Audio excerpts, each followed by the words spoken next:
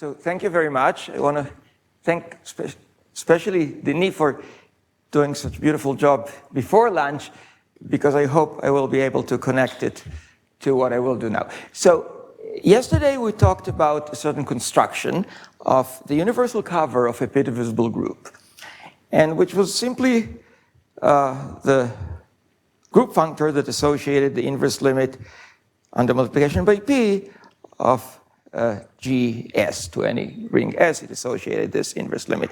And I said that this was a crystal. And Grothendieck has a very nice saying that crystals are rigid and they grow. In what sense? So without making a formal definition of crystal, what did it mean in that context? It meant that if we have a nilpotent thickening, so if we have S goes to R, rings where the kernel of this homomorphism is nilpotent, or maybe pro-nilpotent in the topological setup, then the universal covering, and you have a group over S and R compatible with the reduction, and the universal cover of that group, its S point and its R points are just the same. And in particular, it doesn't depend on the group over S, but only on the group over S mod I, which was R. Okay, so no matter how you deform the group, you got the same result. We're going to encounter now a second crystal, which is the Grothendieck-Messing crystal, or the Dieudonné crystal. It will be a little bit more complicated in two respects. First of all, it will require not only nilpotent thickenings, but nilpotent thickenings with divided power structure. And we've already seen divided powers appear in several circumstances, and they will become more and more important, I think. The second thing is that it is not going to be a crystal in groups, but it is going to be in crystal of O modules. So you will not expect the thing to be the same, but you expect, because you want an S module and an R module, right?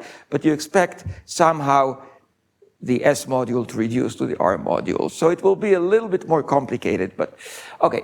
Now to define it, we should start with the notion of universal vectorial extension. And I remarked before that it's very good to look at p-divisible groups as sheaves for the FPPF topology, and we didn't take it very seriously until now. What does this mean? It means simply that there are functors. If they're defined over R, there are functors on R algebras, or if you want, affine R schemes, or you can do it any R schemes. And so that just means that they're pre-sheaves, but they satisfy the usual sheaf axiom with respect to a family of cover rings that in this case we take faithfully flat of finite presentation, which is a rather large and useful family of coverings to work with.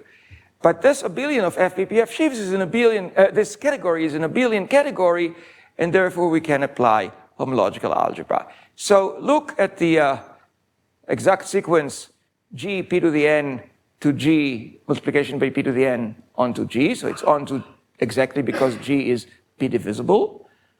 And if you look at the long exact sequence associated to it, you get, you first hom into GA, and then you take the long exact sequence, then you get hom G to GA over p to the n of hom G to GA, right? Then it goes into hom GP to the n GA. It's contravariant, so it goes backwards.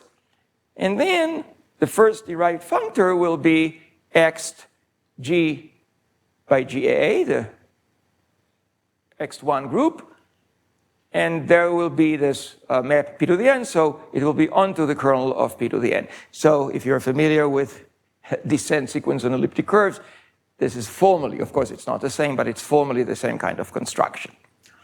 Now what can we say? The first term is 0 because G is p-divisible, but we now assume that p to the n, as usual, kills the ring R. Later on we will pass to the limit.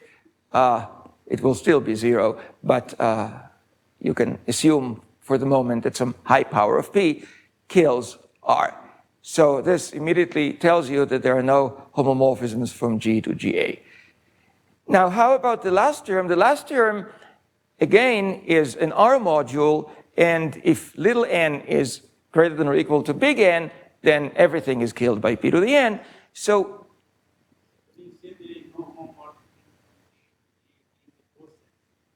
no homomorphisms of formal groups or of group of, yeah, actually, G need not be formal and GA is not p-divisible, but as FPPF sheaves, right.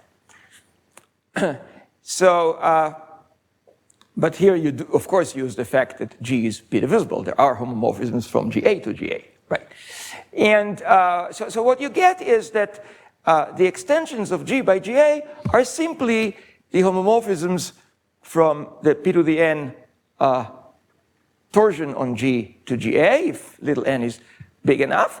And if you work it out in terms of the Hopf algebra of Gp to the n, which we call An, right? So such a homomorphism is determined by where x, the coordinate on GA, goes. So it goes to a number that we call A, and that number should satisfy this co-multiplication of A is A tensor 1 plus 1 tensor A.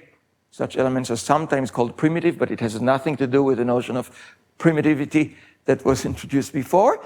And then if you pass to the dual point of view, and you view An as functionals on the dual Hopf algebra, then this is nothing but the familiar rule of differentiation. So this becomes a derivation centered at the origin because of this one, becomes the unit section in the dual p-divisible group, and this is therefore the Lie algebra of the dual, and large enough we said that this stabilizes, and this is therefore the Lie algebra of the dual p-divisible group, which is the homomorphisms from the cotangent space at the origin of the dual p-divisible group to R. So what did we finally prove here? And this is a full proof of the fact that the extensions under these conditions are represented by, right, as a functor on R, are represented by omega G hat. And the same thing works if you replace GA by any vector group. Vector group is just finite number of GAs, that's all. Okay, so it's just a module, a fixed module, R module, tensored with GA. I put a line under it to say that now it's a group functor, not just a module in the sense of ordinary modules. So we get this very nice identity between extensions of G by any vector group and homomorphisms from omega G hat to M. But now you can plug for M omega G hat, right? And then you have a distinguished homomorphism, the identity. So this distinguished homomorphism gives you a distinguished extension, which is the universal extension. So the extension EG of G by omega G hat as sheaves, okay, in this abelian category, is the one that corresponds to the identity when you take M equals omega G hat. And furthermore, any other extension, that's an easy exercise, is obtained by a push out of this exact sequence with respect to homomorphism from omega G hat to M. So if you have such a homomorphism for a general M, what is the thing that you get on the left? You get the push out of this diagram. So this is the whole theory of universal vectorial extension. And if we now apply the Lie functor, remember the Lie functor was defined for any group functor. It was the kernel of the group functor evaluated at the dual numbers over R to the group functor over R. So if we apply the Lie functor to this exact sequence, you get an exact sequence of vector groups that has the Lie algebra of the universal vectorial extension in the middle, Lie of G as a quotient, and the cotangent space of the dual as the subthing. And this is the Grothendieck Messing crystal. It is, by definition, the Lie algebra of the universal vectorial extension of your p-divisible group. We've not made it into a crystal yet, but so far it's defined for any R as an R module. So what can we say for any R algebra, say S? MGS is a locally free module, right? It's an extension of locally free by locally free, whose rank is the dimension, the rank of Lie G, which is the dimension of G, plus the rank of omega G hat, which is the dimension of G hat, G dual rather, not hat, G dual, Cartier dual. But the dimensions add up, the dimension of G and the dimension of the Cartier dual add up to the height of G. Okay, in the case of an abelian variety, the height is twice the dimension, and because of the polarization, the two dimensions are the same. But in the case of one-dimensional group that we saw in Denis' talk, this was one-dimensional, this was, or would be H minus one dimensional, and this would be H dimensional. And our goal is to enhance MG to a crystal of modules on the crystalline side. So I will explain exactly what this means, but to explain it and to sketch the proof, we need a notion of a rigidified extension of a group that now will be G dual by GA. So given an extension of G by GA, of course, it in general will not split, okay? It will not, the extension will not be the product of G by GA, but we may be lucky and it may split on the level of Lie algebras.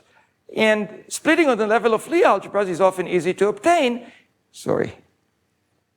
and it simply means that this exact sequence of Lie algebras splits, and this would be called a rigidification. To give such a splitting, a map from Lie G back to Lie of the extension, so that if you go this way and back to Lie G, you get the identity, this is a rigidification.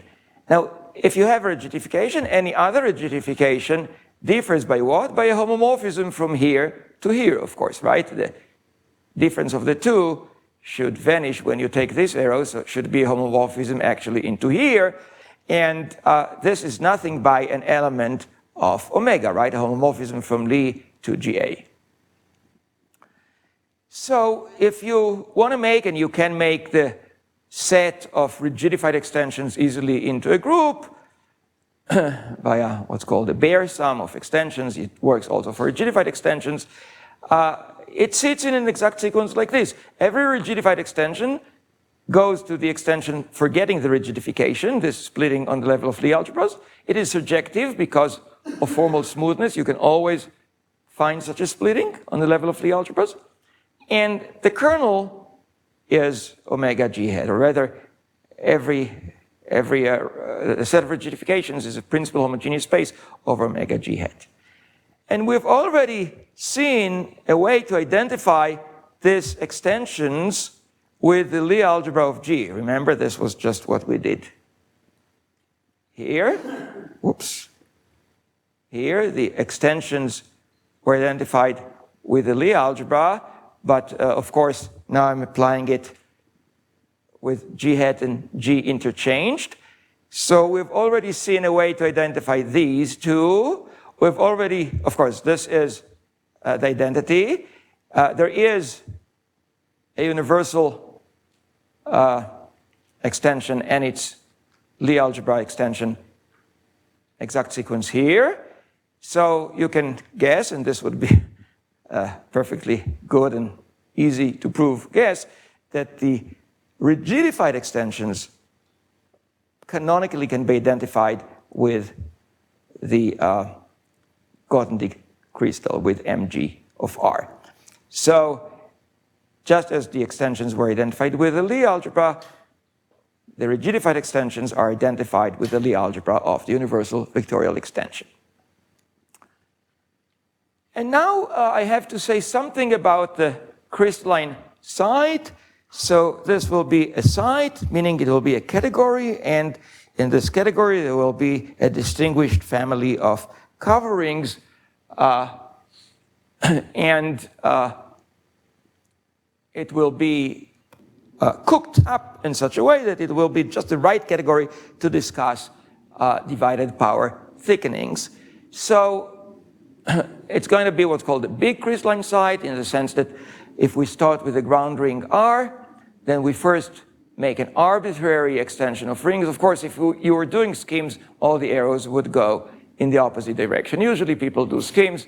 I chose to stick to affine schemes and describe it with on the ring level. So an object is really a diagram like this. First, you have a ring homomorphism from R to S, and then you have another ring homomorphism from T to S, but this one is required to be a nilpotent divided powers thickening. And this is a little bit technical. First of all, it is required to be a nilpotent thickening. This means that the kernel should be a nilpotent ideal in T. Furthermore, the kernel, this ideal I, kernel of T to S, should have divided powers, and the divided powers themselves should be nilpotent. Now, if S is ZP flat, this can be very easily defined. Okay, so this means that if X is in I, the kernel of T to S, then X to the n over n factorial, that is defined at least after you invert P, which is allowable because S is ZP flat, is also in I. And there is an extra condition on the nilpotency of the divided powers that I wrote here that implies that I is nilpotent but is stronger. If S is not ZP flat, you do not know what you mean by X to the n over n factorial. So, as usual, when we do not know what we mean by something, we make an extra definition, okay? So, in this case, the divided power structure will be an extra input. Usually it's denoted gamma n of X. And it will have to satisfy a long list of properties that are all derived from the usual properties of X to the n over n factorial. And you can find them in a book by Berthelot and August, for example, or in many other references. So these are the objects. Morphisms in this category are obvious maps between such two diagrams that commute with the divided power structures when you endow it. Yeah? Sorry? T to S is surjective. There is a little double arrow here. Maybe it's not. Yeah, maybe it's not clear. When I say thickening, I mean it's surjective with kernel I. Okay, there's a little double arrow here. Okay, yep.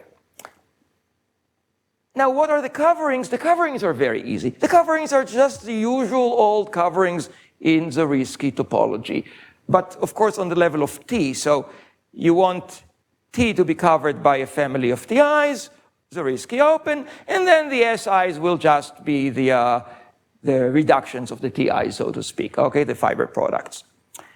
And this nice category has a structure sheaf which assigns to any such diagram. Now, to save space, I just wrote T to S without the reference to the ground ring, the usual functions on T. And now comes the big theorem of Grothendieck and Messing. This was the PhD of Messing, that if you have such divided power nilpotent thickening, and if you lift G, so G started life on R, you can base change it to S, but then as we know by Lazar, it lifts in many ways to T, so choose one such lifting, call it G prime T, and calculate the Lie algebra of the universal vectorial extension of this lift.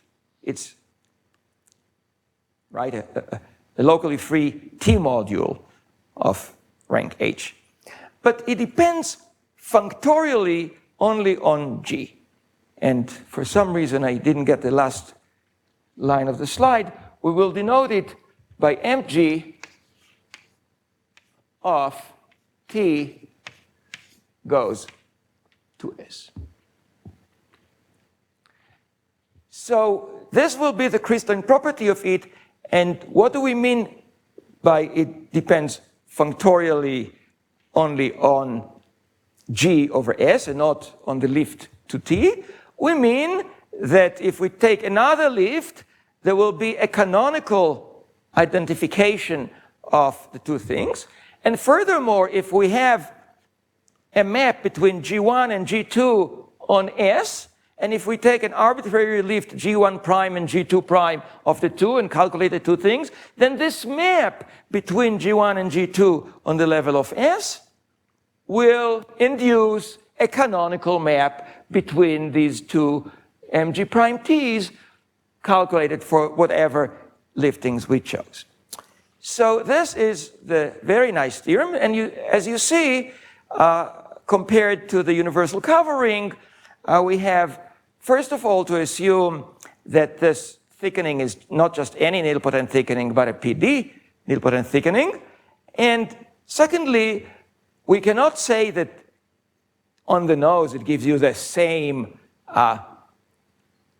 module, but it gives you a T module whose reduction is S in a canonical way.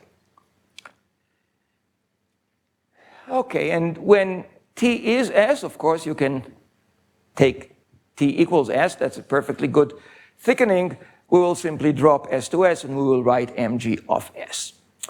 And I'm going to follow a very nice exposition of Nick Katz that was given here in India, but in Mumbai, at Tata in Mumbai, 40-something years ago, that will A, connect it to what Denis did, B, sorry? Most people were not born at that time. Ah, but you were. Okay, but maybe you were not present there. Okay, it A, connects it to what Denis did, or rather Denis looked at my slides and built his lectures so that it will be related.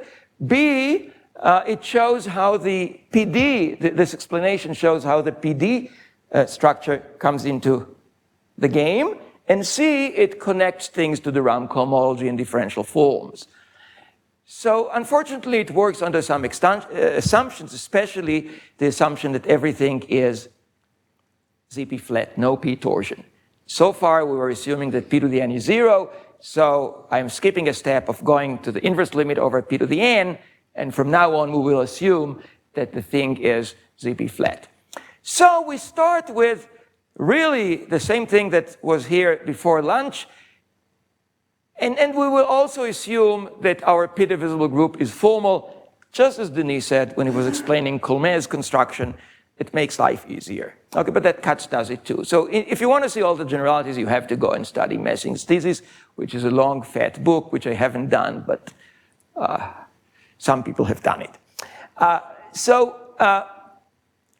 The Ram cohomology of the formal group F over R will be those cohomology classes. So first of all, F is just, without the group structure, it's just the formal spectrum of power series ring in D variables, so it's clear what we mean by differentials, right? We mean F1 dx1 plus F2 dx2, et cetera, plus Fd dxd, where the Fi's are power series themselves.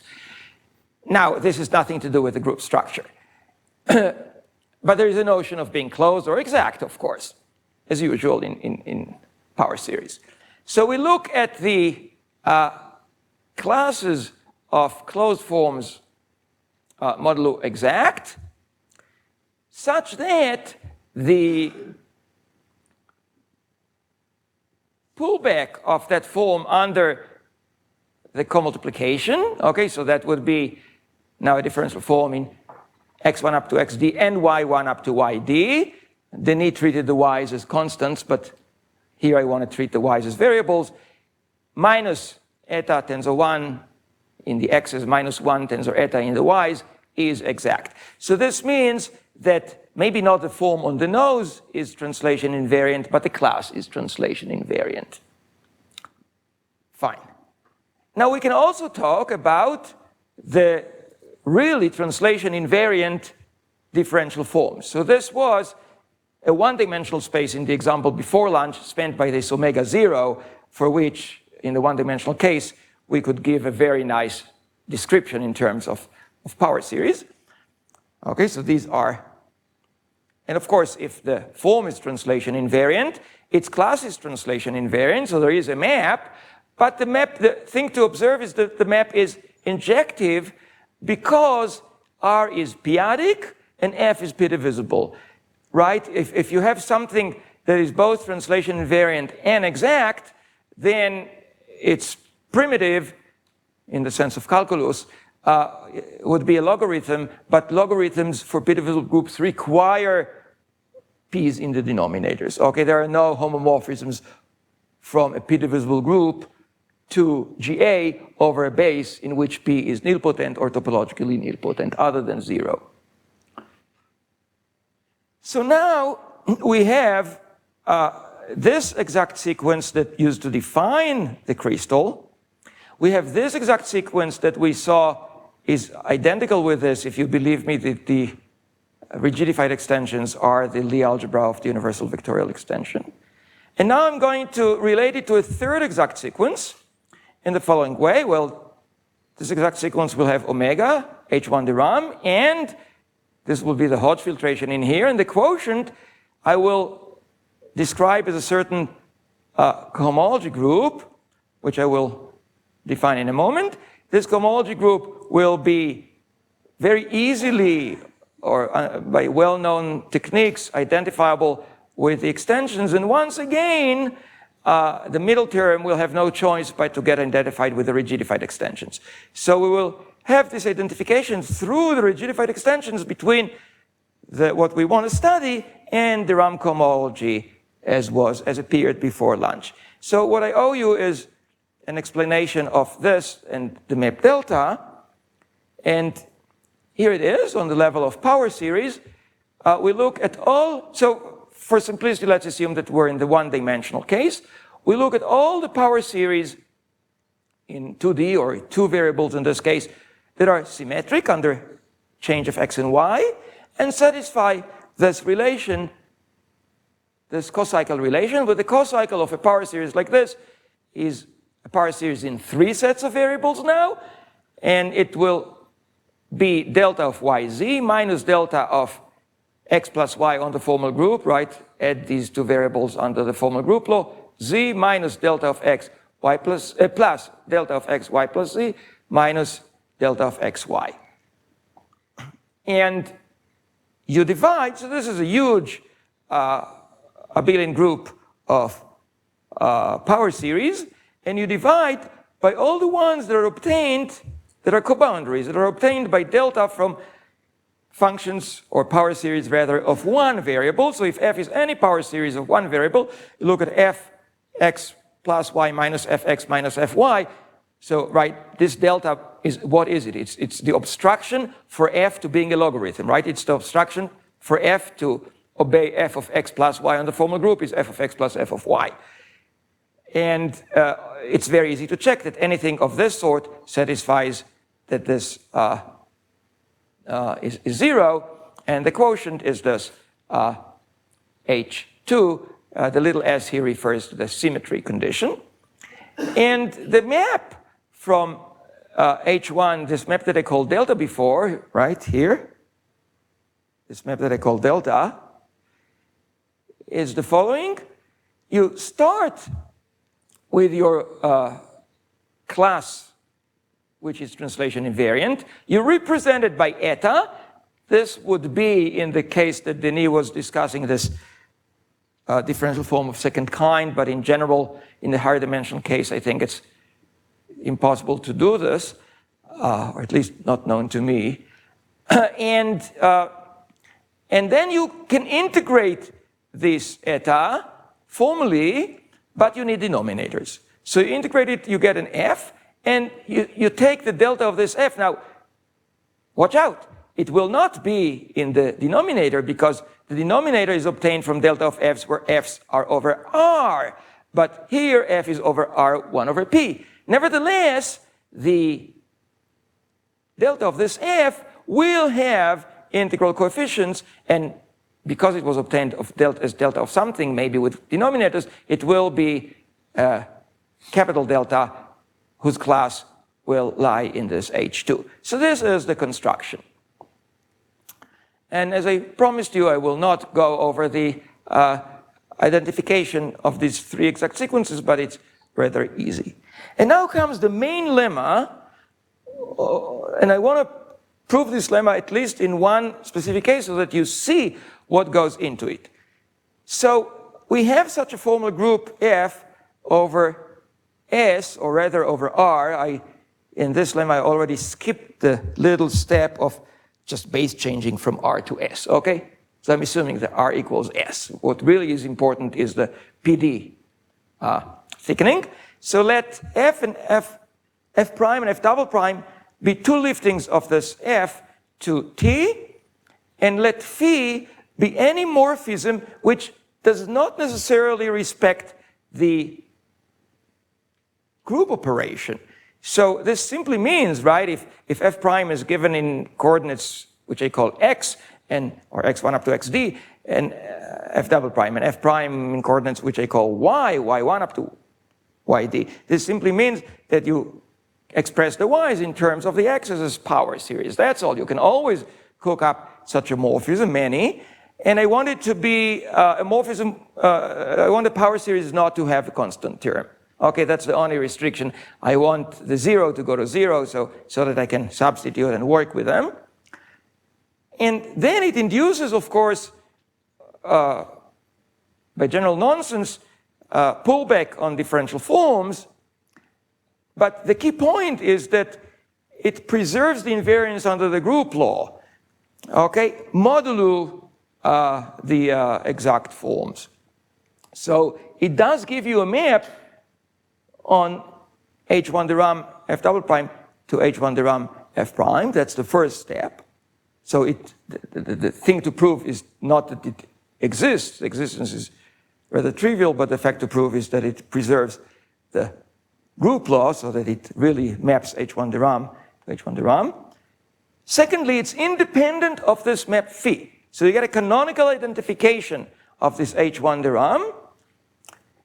And this already says, in view of the identification that we had of H1 de Rham of the lift with this guy that's here on the blackboard, okay? So remember, this was the way we wanted to define this. We wanted to lift the formal group to here, then take the Lie algebra of the universal vectorial extension, but that was via the identifications that we just made, this de Rham cohomology. So this already means that this gadget is defined independently of the lift, well defined. And then the last thing that I have to convince you is that if we have a map, which this time would be a map of p-divisible groups, or rather formal p-divisible groups between F1 and F2 over S, it would induce a map on these crystals that again would be a homomorphism and will be independent of the way you lift. So if you want 1 and 2 are a special case of 3 where the map phi 0 is the identity. And I will only prove a little part of this. I will just prove part 2, that this map phi star is independent of phi, but what goes into that proof goes into the other parts with different diagrams. And let's do it when dimension is 1, so we'll, just for simplicity, we have only one variable. So let's start with eta, and as usual, write it as df, because it is closed by the Poincare lemma. You can write it as df over t1 over p if you introduce denominators. And let I be, as usual, the kernel of the PD thickenings. And let phi1 and phi2 be these two liftings of the identity mod I. So they're simply given as power series in Y. And as I said, they have no constant term. They're given by power series that map 0 to 0. And they're liftings. They're congruent mod I. And simply use the Taylor formula. What is the pullback? The pullback of this eta differential form by phi2 minus the pullback by phi1. Eta was the f, so this is d of the pullback of the difference of the pullbacks of f. And then you use the Taylor formula, so you get all the derivatives of f evaluated at phi1 times phi2 minus phi1 to the n over n factorial. Right? These are power series that you can substitute because they have no constant term. And observe that f itself disappeared, Okay? Only terms with n equal 1 show up. However, f itself had denominators, but f prime, f double prime, etc. already have no denominators, because f prime already gave you eta, and eta had no denominators. So these do not have denominators. Okay, you might worry about denominators coming from here, but here comes the divided power structure. Phi2 minus Phi1 is in I, and I to the n over n factorial is in I.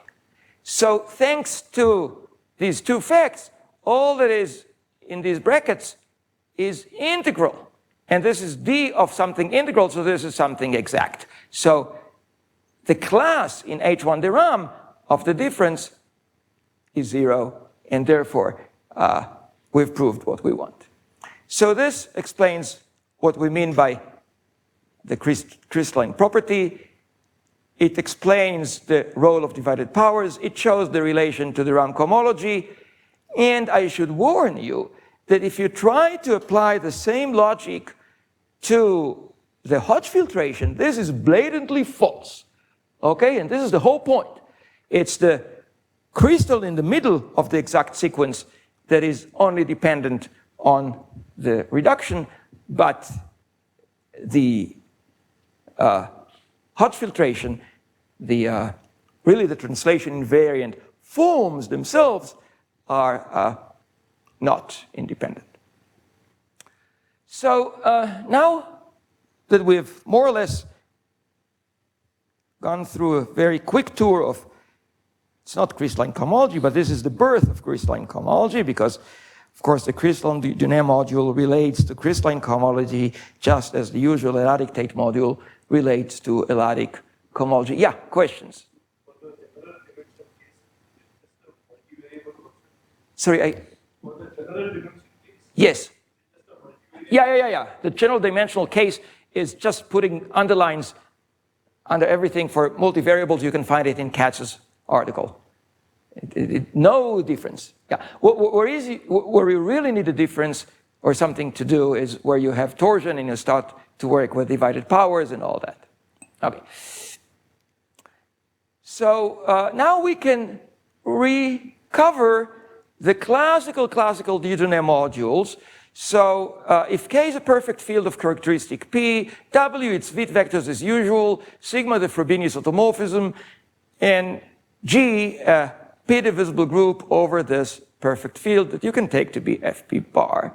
Its Dieudonné module, the classical one that was discovered by Manin and Dieudonné long before all this, is simply the Grothendieck Messing crystal, not of G, but rather of its Cartier dual. This is just a historical accident, okay? Some people want to work covariantly, some people contravariantly. It's very confusing for people working in the field, but don't pay much attention to this. But evaluate it on what? Okay, so what is the PD thickening? The PD thickening, or pro-PD thickening, is W2K. And I should say that the kernel here is PW, and PW always has PD structure, divided power structures, because P to the n over n factorial is divisible by P. There's a little problem with P equals 2. When P is 2, it's not a nilpotent divided power structure, but that's something that you can go around it. Okay. So this is a contravariant construction.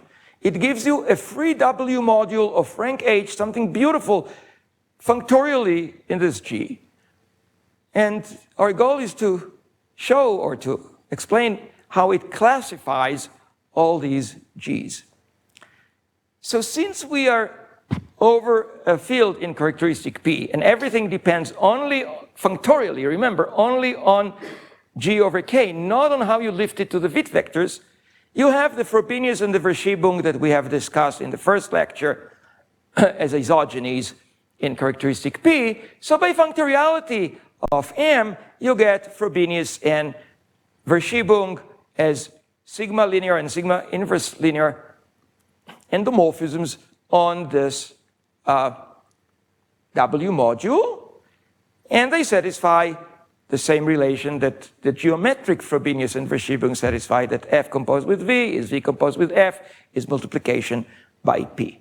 Now such an object will be called an F crystal. So an F crystal, I did not write down the definition, but it's a free W module of finite rank, which I always call H in honor of the height of the group, with a sigma linear endomorphism F and a sigma inverse linear endomorphism V, satisfying F composed with V is V composed with F is P. Of course, knowing F determines V, but it's not enough to give F, because the image of F has to contain P times the crystal in order to be able to define a V integrally.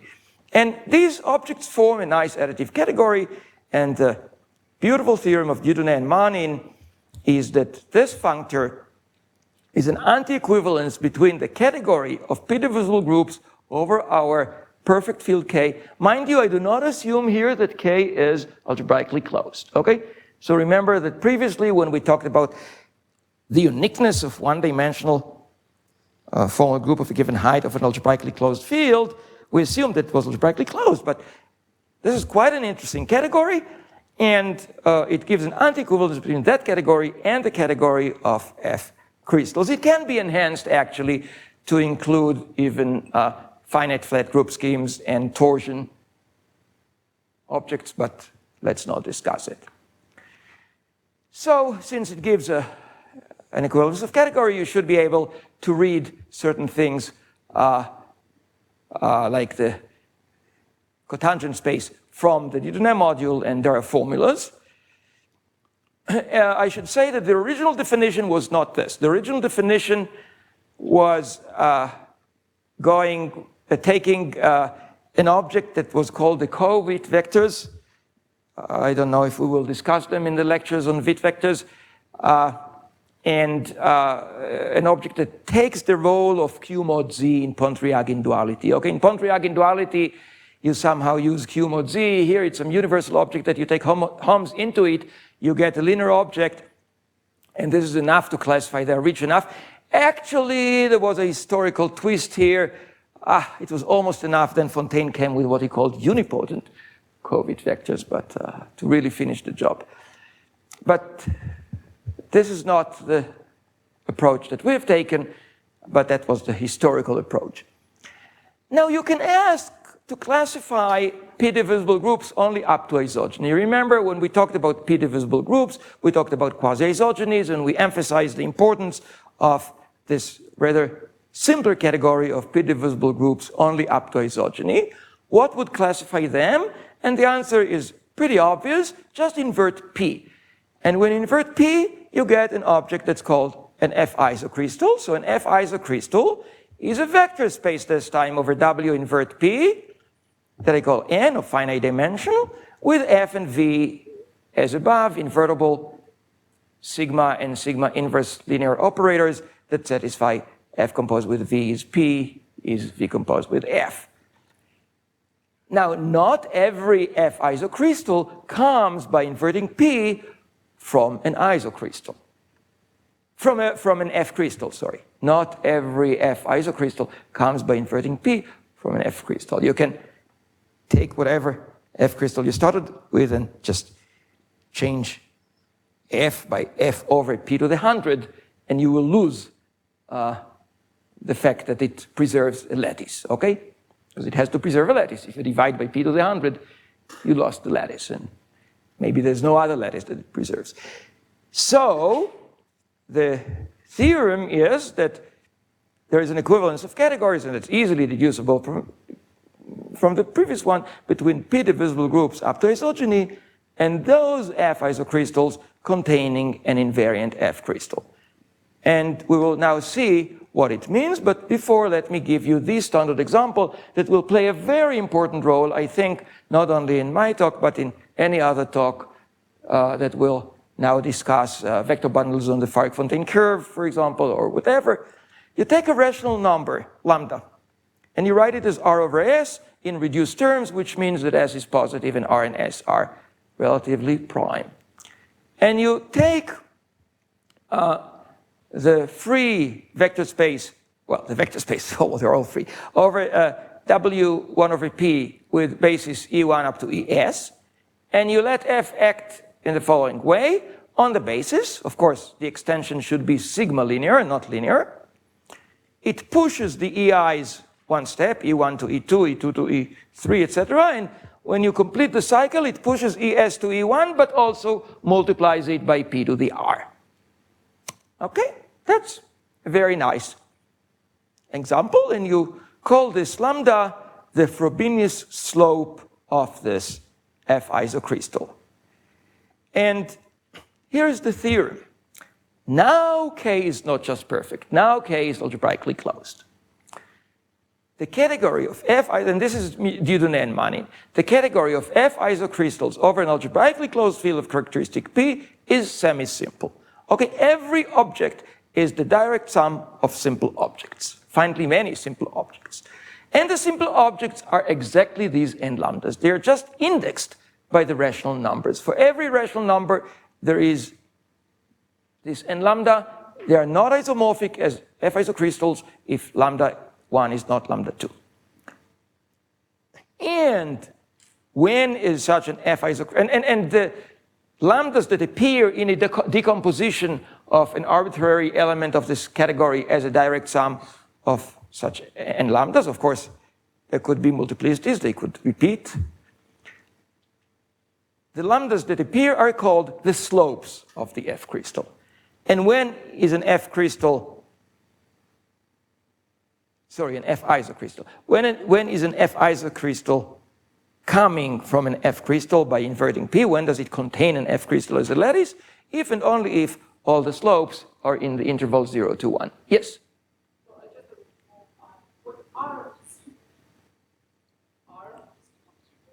R is 0 is perfectly good. That would correspond to QP over ZP. Yeah. But then you want that S is 1. Yes. 0 and 1 are relatively prime. Yeah, but also 0 and 2. But you don't want S equal 2. No, 0 and 2 are not relatively prime. The GCD of 0 and 2 is 2. It's not 1. I'm teaching this for first-year undergraduates this year. Okay. Okay. So, fine.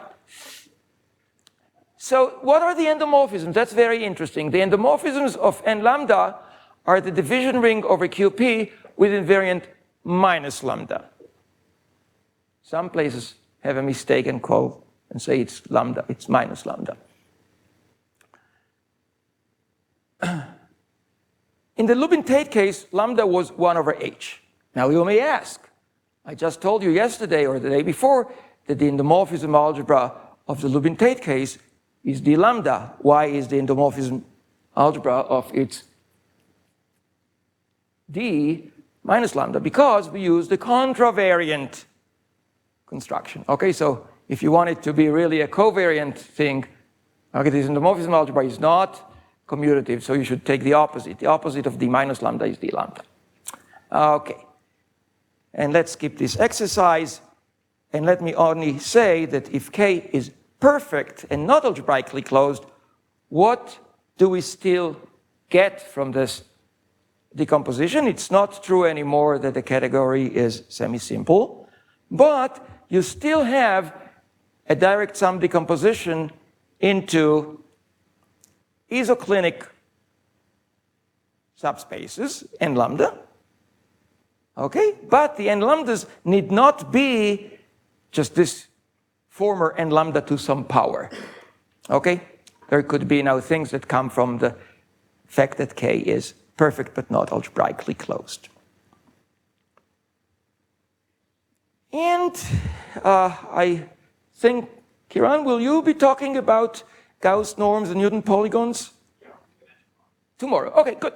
So the notion of Newton polygon will show up. I think it hasn't shown up yet. We will simply assign to such an F isocrystal a Newton polygon by numbering the lambdas, the slopes that appear with multiplicities, or listing them with multiplicities, and drawing this polygon where you have the first slope, the second slope, which might be the same as the first, lambda 3, and so on, and the horizontal lengths are the rank of the corresponding isoclinic part. So it's very easy to see, it's just numerology, that the breakpoints are in z squared. So yeah, well, if I put horizontal length 1, I have to repeat r over s times. Okay, but, or you put once r over s, but with horizontal length s, it's the same. Okay, so I finished my third talk, but that's okay, because most of my fourth talk hopefully will be done by others. So let me just say what I intend to do tomorrow, and do the very beginning, in the remaining 10 minutes, do the very beginning of the third talk. So we have seen yesterday and today 2 crystalline type constructions, okay? The universal vectorial extension, I repeat, was for infinitesimal, or sorry, any nilpotent thickenings. Definitely, it goes well for PD thickenings. This is just putting more restrictions. The Grothendieck-Messing was in the PD category. And I want to relate the 2 constructions. So I will show you now a very nice big diagram, I call it a big diagram, that will have both constructions related via a map that's called the quasi-logarithm. And this map will be very, very similar to the map that Colmez introduced, that Denis showed us before, except that Colmez did it with the crystalline periods. I will only apply it with the Hodge-Tate periods. It can be done with the crystalline periods as well, but it's the same principle and the same congruences that prove the existence of such a map. I also want to say a spoiler, so let me right away show you the big diagram. Here it is. I will go over it slowly, but I want to say a spoiler that this big map will appear in the last talk, in the 5th talk, from the point of view of the Fark-Fontaine curve in the following way. We will have a curve, okay, quote unquote, it's not finite type over a field, but it is a curve, and we will have a short exact sequence of sheaves on this curve. The first 2 terms will be vector bundles, and the last one will be a skyscraper sheaf. So it will be what's called a modification of vector bundles. Nevertheless, it's a short exact sequence. And then you can do 2 things with it. You can take global sections, or you can take fiber at the interesting point where this skyscraper sheaf is supported. So I already tell you that taking global sections will reproduce this part. Taking fiber at the point that will be called infinity, will, sorry, here, on that level, on the additive level, will give you this thing. And the map that goes this way will be the map global sections going to the fiber. Okay, every global section, of course, at any point gives you something in the fiber. So this will be, this is very recent. Okay, this is something beautiful that ties up all these constructions and also the 2 period maps about which I will talk tomorrow. So let me just go over this diagram slowly, and to become acquainted with it, let's agree that this is a box. Okay, I am very bad at drawing diagrams in tech, but this was done in Lich. But anyhow, this is a box. The one that's in boldface is the front side. Do you agree? And the one that is not in boldface is the back side. And there's also a top and a bottom, okay? So before getting into what there is, the top maps to the bottom always through log, okay? So the top will be usually groups. Sometimes the groups will be vector spaces themselves, but will be groups. The bottom will only be modules or vector spaces, and the top will map to the bottom via log.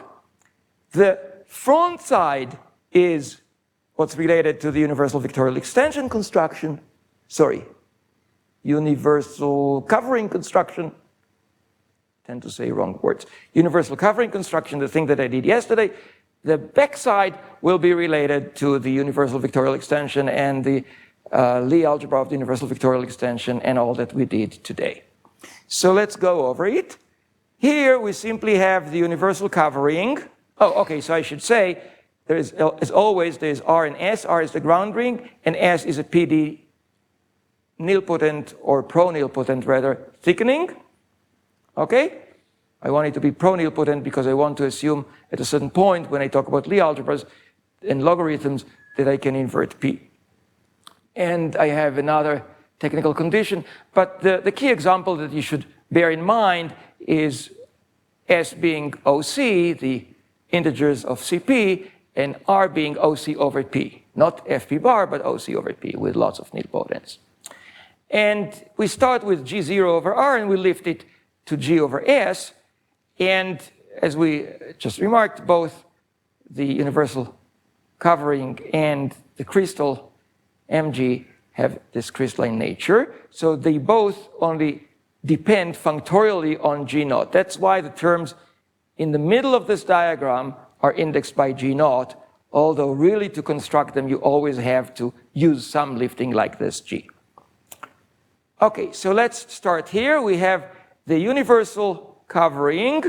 In it we observed is embedded the Tate module. This is the compatible sequences under multiplication by P that end with 0.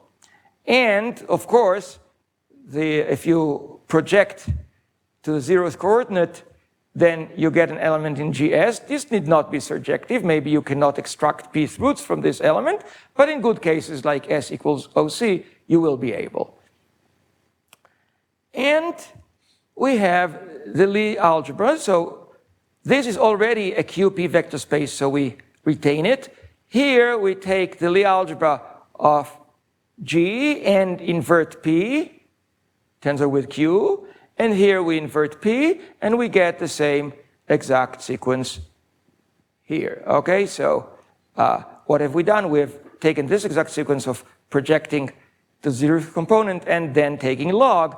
So remember, this was the operator that I called theta that will be related to the theta that appeared many times before this week. Okay, so this theta is project to the 0th coordinate and take the logarithm to the Lie algebra. Now, how about the back side? The back side starts with what we constructed today, the universal vectorial extension mapping to G with a kernel which is this vector group, and the Lie algebra, the vector group remains itself. This is replaced by the crystal, and this is replaced by the Lie algebra. Okay, again, this is dimension H, dimension D, and dimension D of dual, H minus D of G. And the key map is this map that I'm going to call SG. And it goes like this. You take an element here, you represent it by a sequence. Let's write it on the blackboard. It's written on the next slide, but I want this slide to stay here. So let's take an element in G tilde S, which is the same as G0 tilde. So let's write it by X0, X1, and so on. And then let Cn, so all the x's are elements of GS. Let Cn be in EGS, in the universal vectorial extension, let it map to Xn. And then it can be easily seen that P to the n Cn converges to some element that I want to call S of X as n goes to infinity. This is exactly the construction that Denis was doing, but he was using bcris plus. Here I'm doing it, so to speak, on this level. Actually, you can take bcris plus to be, or rather acris, to be a universal PD thickening of OC mod P. That's why it appears really in this theory so much. And the reason that this converges is very simple, because you see, suppose you, well, let's see why it's independent of the lifting. Suppose Xi prime and Xi were the same liftings at level n. Then the difference was in here, okay? But when you multiply it by p to the n, the lifting is in p to the n, this difference is in p to the n times this. But S is p-adic, and this is free of finite rank over S, so, or locally free of finite rank over S, so multiplying by p to the n sends it closer and closer to 0, and in the limit sends the difference to 0. And the same argument tells you why this converges. So this is the map SG, and all the other maps are derived from it.